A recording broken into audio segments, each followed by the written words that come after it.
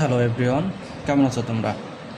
তো আজকে আমরা একটা প্রশ্ন নিয়ে আসছি। সমকোণী ত্রিভুজের একটি কোণ 30 ডিগ্রি হলে অপর কোণ কত ডিগ্রি? তো প্রথমত আমরা সমকোণী ত্রিভুজে এক ডিগ্রি যদি কয় ডিগ্রি বলছি, 30 ডিগ্রি। তাহলে সমকোণী ত্রিভুজ কাকে বলে? যে ত্রিভুজের একটি কোণ সমকোণ, যে ত্রিভুজের একটি কোণ সমকোণ। সমকোণ মানে কত ডিগ্রি?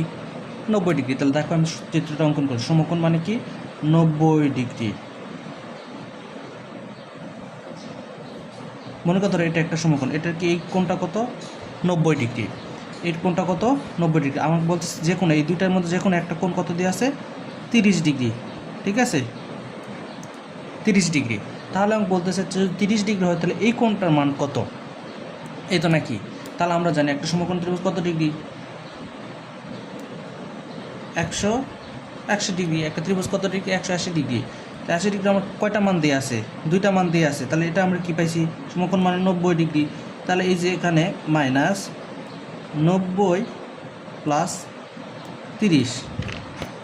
তাহলে এখন যোগ করো 180 মাইনাস 90 30 যোগ করলে কত হয়? 120। তাহলে বাদ দিলে কত থাকে? 60। তাহলে ওপর কোণটা কত ডিগ্রি? এই কোণটা কত ডিগ্রি হয়ে গেল তাহলে? 60 ডিগ্রি।